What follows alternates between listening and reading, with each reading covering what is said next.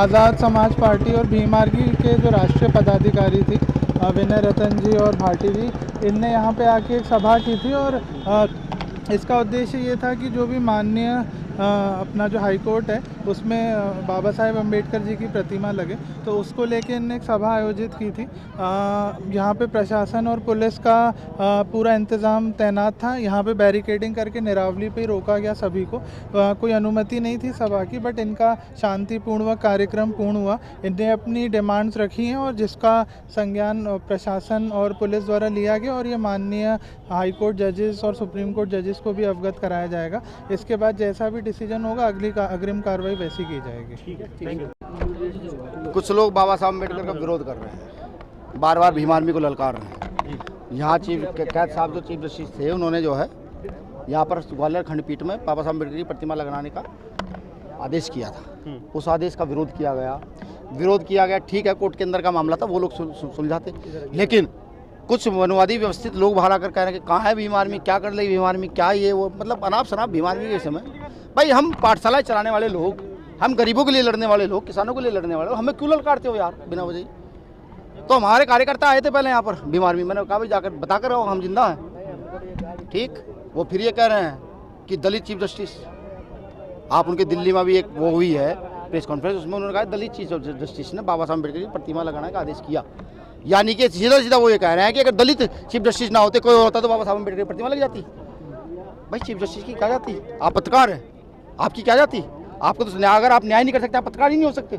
आप अगर न्याय की बात कर रहे हैं तो अभी तभी तो आप पत्रकार हैं। पंचायत का क्या मुख्य फैसला अभी वर्तमान में क्या लिया? मुख्य फैसला ये है कि जब तक नए चीफ जस्टिस नहीं आ जाते, उसके बाद उनका देखा जाएगा कि वो क्या चाह रहे हैं। ठीक है, उनके आदेश पर ही हम लोगों का अगला निर्णय है। 1 महीने का आपने समय जी बिल्कुल, तब तक चीफ जस्टिस आ भी जाएंगे और निर्णय भी दे देंगे। 1 महीने बाद क्या स्टेप लेंगे? 1 महीने बाद हर गली चौक चौराहे नुक्कड़ पर जाकर के बाबा साहब अम्बेडकर की प्रतिमा लेकर के ये बताएंगे, अगर चीफ जस्टिस का फैसला संविधान सम्मत आता है, न्याय सम्मत आता है, तो उनका सम्मान से कहेंगे कि नहीं अभी न्याय जिंदा है।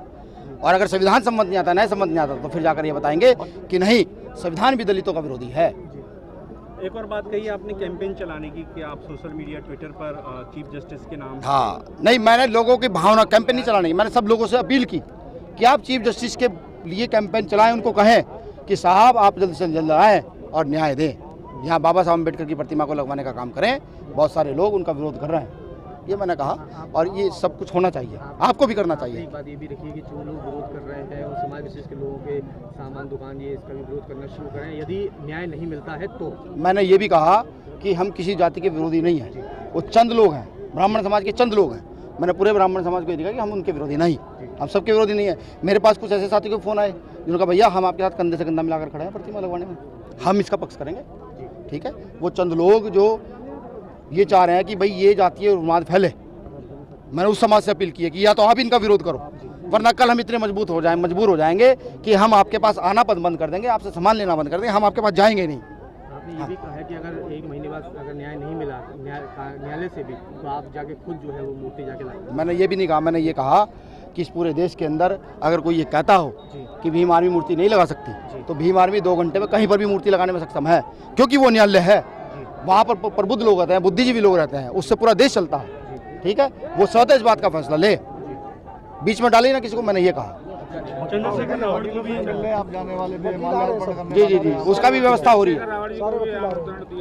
जी, बिल्कुल, 1 महीने बाद चंद्रशेखर आजाद जी भी आएंगे, और अगर उससे पहले भी ऐसा कुछ लगा कि नहीं यहाँ विरोधी ज़्यादा मजबूत के साथ वो हो रहे हैं, उनको राजनीतिक संरक्षण मिल रहा है, प्रशासनिक संरक्षण मिल रहा है, तो उससे पहले भी आ सकते हैं। चंद्रशेखर आजाद जी पे जो एलिगेशन अभी वर्तमान में लगे हैं सोशल मीडिया पे, उसको भी शेयर किया जा रहा है, वर्तमान परिदृश्य में किस तरह से देखते हैं? आप देखिए, कोई आदमी आगे बढ़ेगा, एलिगेशन की तो भरमार है।